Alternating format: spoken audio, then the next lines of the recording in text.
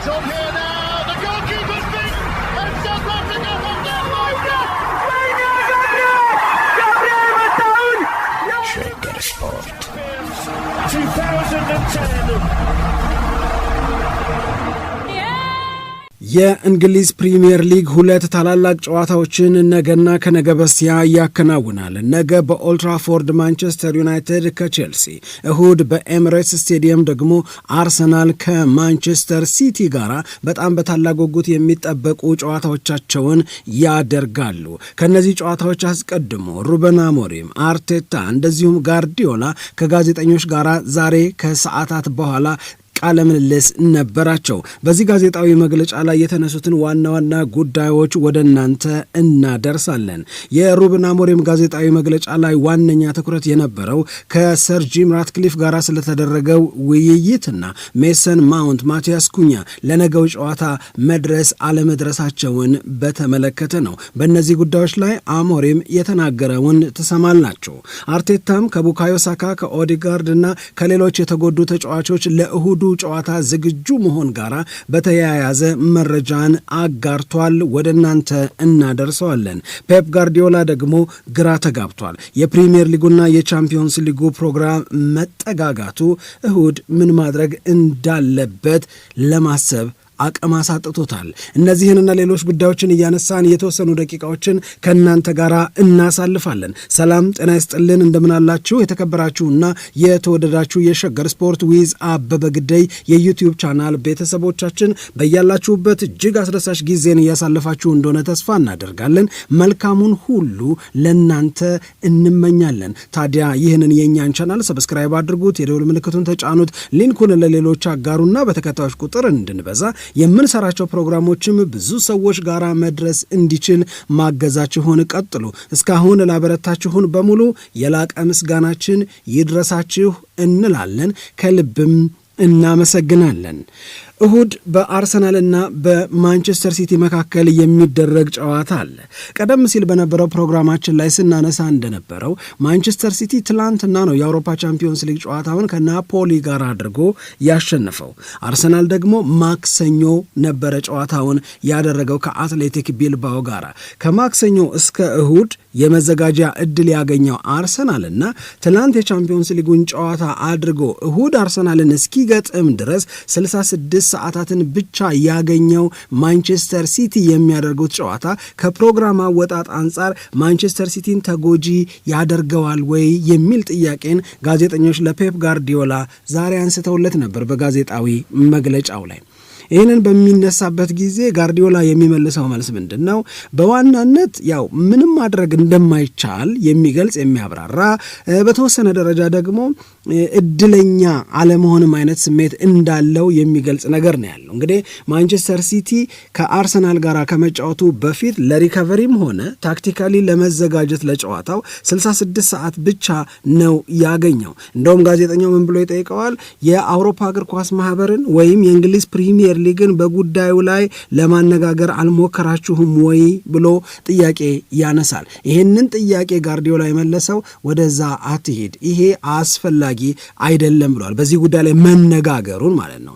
ይሄ ንግግር ለእኔ የገባኝ ተስፋ እንደቆረጠ ወይም በአውሮፓ እግር ኳስ ማህበርንና የእንግሊዝ ፕሪሚየር ሊግ አስተዳዳሪዎችን በማነጋገር የሚመጣ ምንም አይነት ለውጥ እንደሌለ ያመነ ሰው ሆኖ ነው ያገኘው። ስሜቱ እንደዛ አይነት ነው ቪዲዮ ላይ የሚታየው። ግን ብዙ ጊዜ ጋርዲዮላ ምን ብሎ ያነሳል? በአውሮፓ የቻምፒዮንስ ሊግ ውድድር ላይ የሚሳተፉ የፕሪሚየር ሊጉ ክለቦች ሁልጊዜም ቢሆን የተጎጂ አይነት ስሜት አለ ለነሱ ይላል። ምክንያቱም የፕሪሚየር ሊጉ የፕሮግራም አወጣጥና የአውሮፓ ቻምፒዮንስ ሊግ የፕሮግራም አወጣጥ የፕሪሚየር ሊጉ አስተዳደር ብዙ ነገሮችን እንደ ሌሎቹ ሊጎች ከግምት ውስጥ ለማስገባት ጥንቃቄን ስለማያደርግ ዲስአድቫንቴጅስ እንሆናለን አለ። ይሄ ስለ ራሱ ቡድን ስለ ማንቸስተር ሲቲ ብቻ ሳይሆን ስለ ሁሉም ክለቦች ሲል የተናገረው ነው። እንደ ጋርዲዮላ አገላለጽ ይህንን ጥር ላይም በደንብ ሲያብራራው ነበር።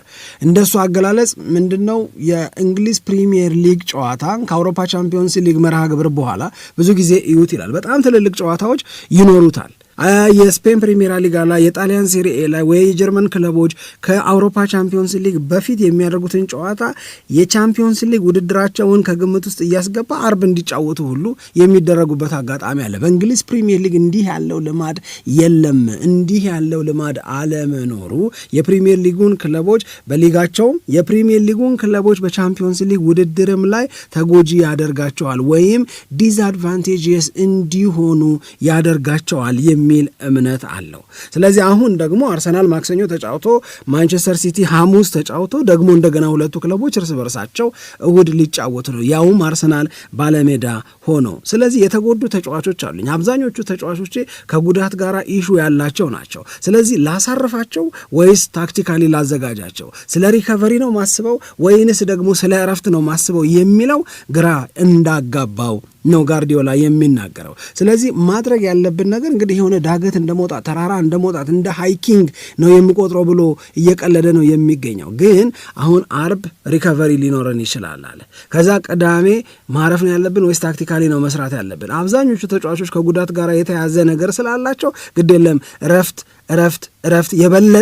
የበለጠ ሊያዋጣን ይችላል እና ጉልበት ሰብስበን እሁድ አርሰናልን ለመግጠም ጥረት ብናደርግ ነው የሚሻለው የሚል መደምደሚያ ላይ እንደደረሰ ይናገራል ፔፕ ጋርዲዮላ። ከዚህ ውጭ ምንም አማራጭ የለም። ከዚህ ውጭ የተሻለ ነገር ማድረግ አይቻልም። የሚሆነውን መቀበል ነው እንጂ የፕሪሚየር ሊጉን አስተዳደር ለምን እንዲህ ታደርጋላችሁ ወይም የአውሮፓ እግር ኳስ ማህበርን ነገሮችን ታሳቢ አድርጉ እንጂ ብለን የምንጠይቅበት ምንም አይነት ምክንያት አዋጭነትም አለው ብሎ አያስብም። ስለዚህ ወደዛ መግባቱን አልፈልገውም ብሏል። በማንቸስተር ሲቲና በአርሰናል መካከል ባለፈው የውድድር ዓመት ምናልባት ወደ የካቲት ወር አካባቢ ተደርጎ በነበረው ጨዋታ ማንቸስተር ሲቲ 5-1 በሆነ ውጤት ተሸንፎ እንደነበረ ያንን ሽንፈት ተከትሎ ጋርዲዮላ ሲናገር ዲዛስተር ነው ብሎ ገልጾትም እንደነበረ ሁላችንም እናስታውሳለን። አሁንም አርሰናል በአቋም ደረጃ በጣም ጥሩ አቋም ላይ፣ በስብስብም ደረጃ በጣም ጥሩ ስብስብ ያለው ቡድን ነው። እንደዚሁም ደግሞ በዘንድሮ የውድድር ዓመት አጀማመራቸው ላይ የአርሰናል ባይፋር የተሻለ ነው ከማንቸስተር ሲቲ ይልቅ። ለዛም ነው በደረጃ ሰንጠረዡም የተለያዩት። ማንቸስተር ሲቲ ምን ያህል ጎሎችን ያስተናግዳል፣ አርሰናል ምን ያህል ጎሎችን ያስተናግዳል፣ በየጨዋታው ላይ ኮንሲስተንትሊ ጥሩ እንቅስቃሴን በማሳየት ረገድ ከሁለቱ ክለቦች ማን ይሻላል የሚለውን እናውጣ ብንል ለአርሰናል የበለጠውን ነጥብ እንሰጣለን። ስለዚህ አሁን በዘንድሮ የውድድር ዓመት ተመሳሳይ ከፍተኛ ወይም ከባድ የሚባል ሽንፈት እንዳያጋጥማቸው ማንቸስተር ሲቲዎች ጥንቃቄ ማድረግ እንዳለባቸው ባለሙያዎቹ ከጋዜጣዊ መግለጫው ጋር በተያያዘ ሀሳብ ሲሰጡ አንስተውታል ይህንንም ጉዳይ። ስለዚህ 5-1 በሆነ ውጤት የተሸነፉበት ጨዋታ ኤምሬትስ ላይ ነው። አሁንም በኤምሬትስ ስቴዲየም እሁድ ጨዋታቸውን ያደርጋሉ። እንዲህ ያለ ሰፊ ልዩነት እንዳይፈጠር፣ እንዲህ ያለ ከባድ ሽንፈት እንዳይስተናገድ የምንችለውን በሙሉ እናደርጋለን የሚል አስተያየትን ሰጥቷል። ይሄ በጋርዲዮላ በኩል በዋናነት የተነገረው ነው። ሌሎች ሺዎች ተነስተዋል፣ ግን ዋና ዋናዎቹን እየመረጥን ብንነጋገር ብዬ ነው። የአርሰናሉ አሰልጣኝ አርቴታ በአብዛኛው ትኩረቱን ያደረገው ከተጎዱ ተጫዋቾች ጋር በተያያዘ ነው። እውነት ለመናገር እኔ በግሌ ቡካዮ ሳካ አሁን ከእሁዱ ጨዋታ ጋር በመድረስ እና አለመድረስ እድል ስሙ ይነሳል ብዬ አላሰብኩም ነበር።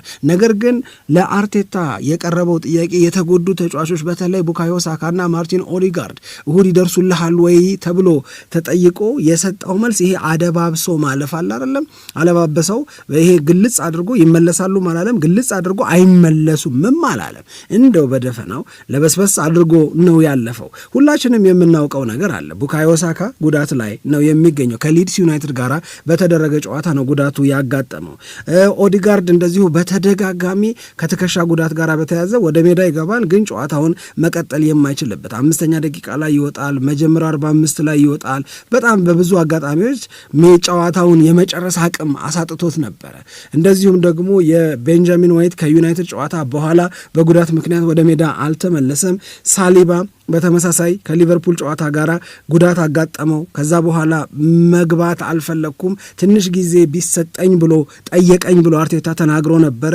ካይ ሃቨርትስ እስከ ህዳር ድረስ ወደ ሜዳ አይመለስም። ኖርጋርድ ልምምድ ጀምሯል። ስለዚህ እነዚህ ተጫዋቾች አርሰናልንና ጉዳትን በተመለከተ ስናነሳ የሚጠሩ ስሞች ናቸው። አሁን አርቴታ በዛሬው ጋዜጣዊ መግለጫው ላይ ያነሳውን ሀሳብ ስንመለከት ቡካዮ ሳካንና ኦዲጋርድን በተመለከተ በእኔ እምነት በጣም ቆንጆ ነገር ነው የተናገረው። አሪፍ ነገር ማለት ቡካዮ ሳካ ስቲል ለእሁዱ ጨዋታ ኮንሲደር ከሚደረጉ የአርሰናል ተጫዋቾች መካከል አንዱ እንደሆነ እንዲገባኝ ነው ያደረገው። ምን ማለት ነው ይሄ? ነገ የሚሆነውን ነገር መጠበቅ እፈልጋለሁ አለ። ከሳካ ጋር በተያዘ ከኦዲጋርድ ጋር በተያዘ ነገ የሚሆነው ነገር መጠበቅ እፈልጋለሁ ሲል ምን ማለቱ ነው?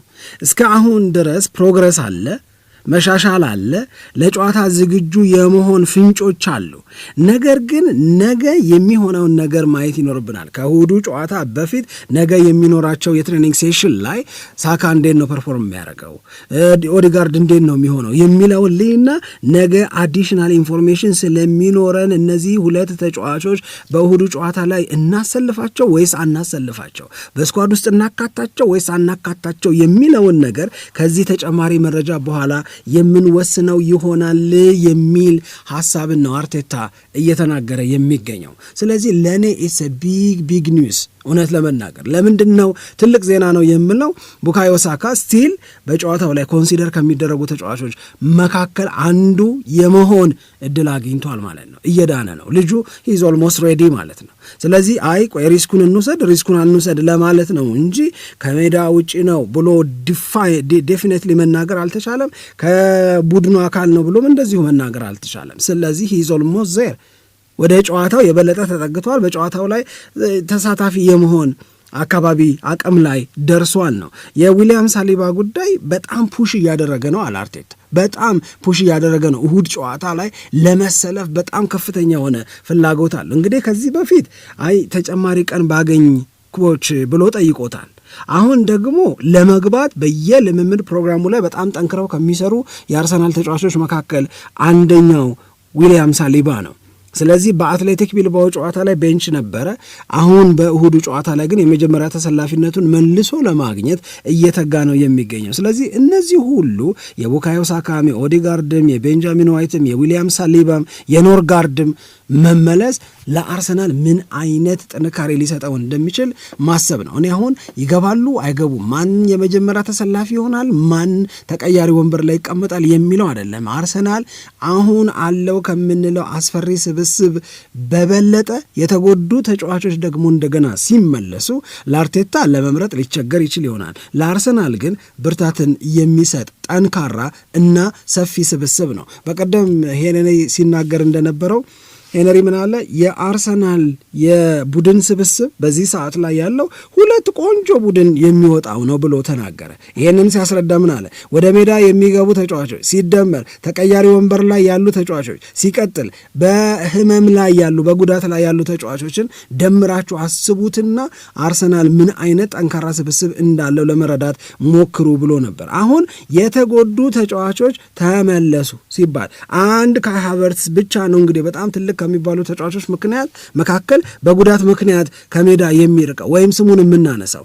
ስለዚህ ሜዳ ላይ የሚገቡ እና ተቀያሪ ወንበር ላይ የሚገኙ አርሰናል ተጫዋቾች በጣም በጣም በጣም ጠንካራ አቅም አርሰናል እንዲኖረው የሚያደርጉ ናቸው። ሲፈልግ ሳካን ሊያስከፋ ይችላል፣ ሲፈልግ በማድዌኬ ሊጀምር ይችላል፣ ሲፈልግ ሳሊባን ሊጠቀም ይችላል፣ ሲፈልግ ሞስኩዌራን ሊያደርግ ይችላል። በነገራችን ላይ በጣም ትልልቅ የሚባሉት የእግር ኳስ ተንታኞች በቃ አሁን ዊሊያም ሳሊባ ተጎዳ ብሎ የሚጨነቅ አርሰናል የለም፣ ምክንያቱም ሞስኩዌራ በደንብ አድርገው ፐርፎርም እያደረገ ነው የሚገኘው። ይሄ ልጅ የተገዛበትን ዋጋና በእንግሊዝ ፕሪሚየር ሊግ ብዙም ሳይቸገር አሪፍ እንቅስቃሴ ማሳየቱን እንደውም በክረምት አርሰናል ከገዛቸው ተጫዋቾች መካከል በቀጥታ ቤስት ሳይኒንግ ከሚባሉት ተርታ በፍጥነት ለመግባት ከቻሉት አንደኛው ሞስኩዌራ ነው ተብሎ እየተነገረ ነው ያለውና ይሄ የአርሰናልን አቅም ከፍ ወዳለ ደረጃ ይወስደዋል። በተለይ ጉዳት አልባ ሲኮን በለው ለመጫወት የሚደረግ ፉክክር አለ።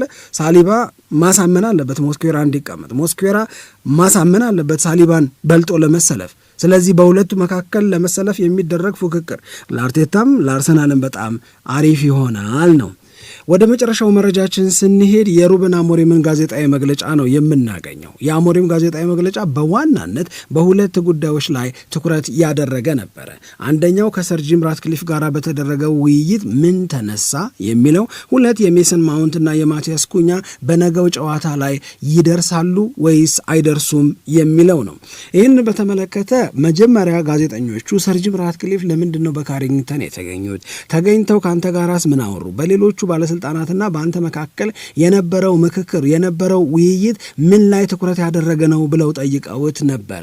ይህንን መጀመሪያ ቀልድ ቢጤ ጣል አድርጎ ነው አሞሪም ሊያልፈው የሞከረው። ያደረገው ነገር ምንድነው? ሰር ጂም ራትክሊፍ የመጣው ለእኔ አዲስ ኮንትራት እንድፈርም ሊጠይቀኝ ነው ሊያግባባኝ ነው አለና ሳቀ። ጋዜጠኞቹም በጨዋታ መልክ ወይም ብዙዎቹ ሚዲያዎቹ ሙሉ በሙሉ ማለት ይቻላል ሲዘግቡት እንዲህ ብሎ ቀለደ ነው፣ ጆክ ብለው ነው ያስቀመጡት። ወደ ዋናው ነጥብ ሲመጣ ግን ይሄ ለብዙዎቻችሁ በዚህ ጊዜ ለምን ዋነኛ ትኩረት እንደሆነ ይገባኛል። ግን ሰር ጂም ራትክሊፍ፣ ኦማር በራዳ እንደዚሁም ደግሞ ሌሎቹም የማንቸስተር ዩናይትድ ባለስልጣናት በካሪንግተን መጥተው እንዲህ ያለውን ወሬ ስናወራ እንዲህ ያለውን ውይይት ስንወያይና ስንነጋገር ለመጀመሪያ ጊዜ አይደለም። አሁን ለምን ትኩረት እንደሳበ ይገባኛል። ምክንያቱም ማንቸስተር ዩናይትድ አጀማመሩ መልካም አይደለም፣ ከኔ ጋር የተያያዙ ጫናዎች አሉ። በነገራችን ላይ ስለ ጫና ሲያወራ በዓለም ላይ በማንቸስተር ዩናይትድ መጠን ጫና ውስጥ ያለ ክለብ የለም ብሎ ገልጿል። በዚህ ሰዓት ማለቱ አይደለም፣ በእያንዳንዷ ትንሽ ነገር ትልቅ ጫና ይፈጠራል። ማንቸስተር ዩናይትድ ቤት ውስጥ በምትሰራበት ጊዜ የግድ ማሸነፍ አለብህ፣ ትልልቅ ውጤቶችን ማምጣት አለብህ። ከዚህ ውጪ በሆንክ ቁጥር እንደ ማንቸስተር ዩናይትድ ቤት የትም ክለብ እንዲህ ባለ መንገድ ጫና ይፈጠራል ብዬ አላስብም። ይሄ ትልቅ ከመሆናችን የመጣ ነው የሚል አስተያየትን ነው እሱ የሚሰጠው። ለማንኛውም ከሰር ጂም ራትክሊፍ ጋር በተያያዘ ኖርማል ነው የተለመደ ነገር ነው ካለ በኋላ ድጋፉን ሊገልጽልኝ ነው የመጣው። ይህንን ፕሮጀክት ረጅም ጊዜ የሚፈጅ ፕሮጀክት እንደሆነ እንደሚረዳ ረጅም ጊዜ እስኪፈጅ ድረስና ማንቸስተር ዩናይትድን ወደሚፈለገው ደረጃ እስክንወስደው ድረስ ከጎንህ ነን ሊለኝ ነው የመጣው የሚል አስተያየትን ሰጥቷል። እሱም ብቻ ሳይሆን ግን ኦማር በራዳንም አነጋግር ያለው ዳይሬክተር ኦፍ ፉትቦልን ጄሰን ዊሎክስንም እንደዚሁ አነጋግር ያለው እና በቡድኑ ዙሪያ ያሉትን ዳታዎች በተመለከተ በደንብና በጥልቀት ተነጋግረናል የሚል አስተያየት እንደሰጠው እና ይሄ ኖርማል ሚቲንግ ነው፣ የተለመደ ስብሰባ ነው፣ የተለመደ መመካከር ነው፣ ለመጀመሪያ ጊዜ የሆነ አይደለም የሚል አስተያየትን ሰጥቷል።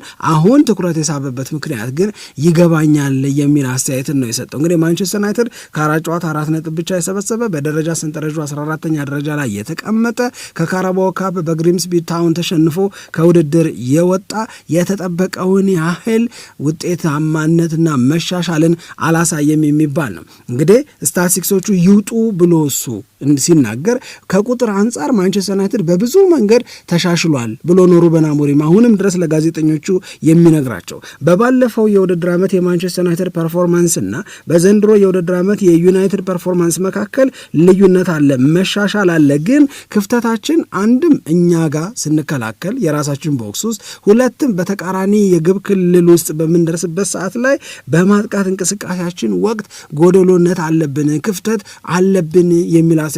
ሁለቱ ቦክሶች ላይ ነው ችግር ያለብን እንጂ ቦክሶቹ ጋር ከመድረሳችን በፊት ወደ እኛ ሲመጡ ስንከላከል፣ ወደ እነሱ ስንሄድ ስናጠቃ ካለብን ችግር ውጭ ኦቨርኦል ፐርፎርማንሳችን በእጅጉ የተሻሻለ ነው ብሎ አስቀምጦታል። ይሄንን በተመለከተ ከሶስቱም የማን ዩናይትድ ባለስልጣናት ጋር እንደተነጋገሩ ያስረዳል። ነገር ግን የቁጥር መረጃዎች አሞሪም የሚለውን ይደግፋሉ ወይ?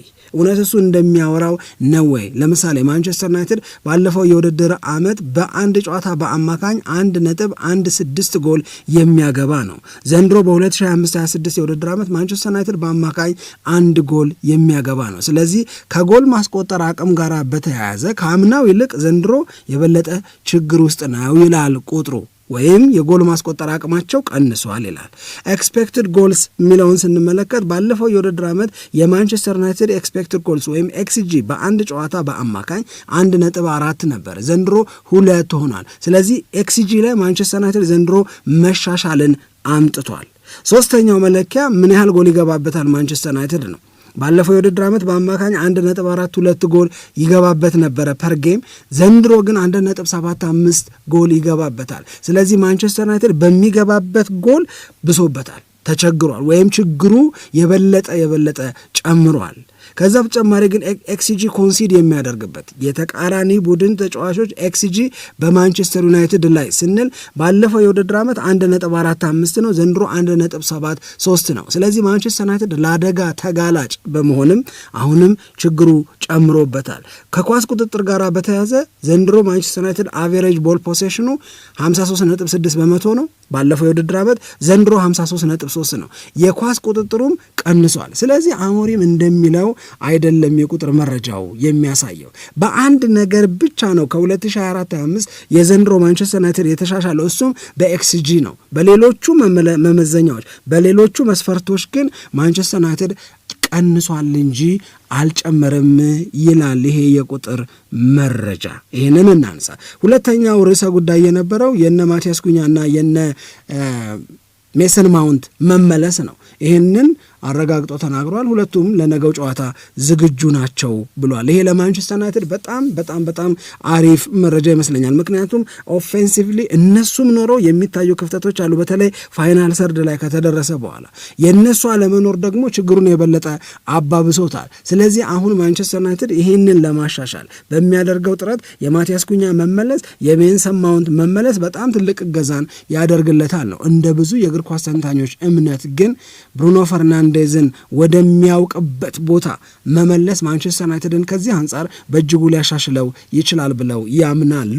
እነዚህ ሶስት አሰልጣኞች ፔፕ ጋርዲዮላ፣ ማይክል አርቴታ እንደዚሁም ሩበን አሞሪም በእነዚህ ጉዳዮች ላይ ነው በዋናነት ትኩረት ሰጥተው መግለጫዎችን የሰጡት የሚለውን ለእናንተ ለማጋራት ነው በዚህ ሰዓት የመጣ ነው። ደግሞ ሌሎች አዳዲስ መረጃዎችን ይዘን እንመጣለን፣ እናገኛችኋለን። ከእናንተ ጋር እንዲህ ባለ መንገድ አሪፍ ጊዜን እናሳልፋለን። በያላችሁበት ሰላም ለእናንተ ይሁን። ኢትዮጵያ ለዘለዓለም ትኖር።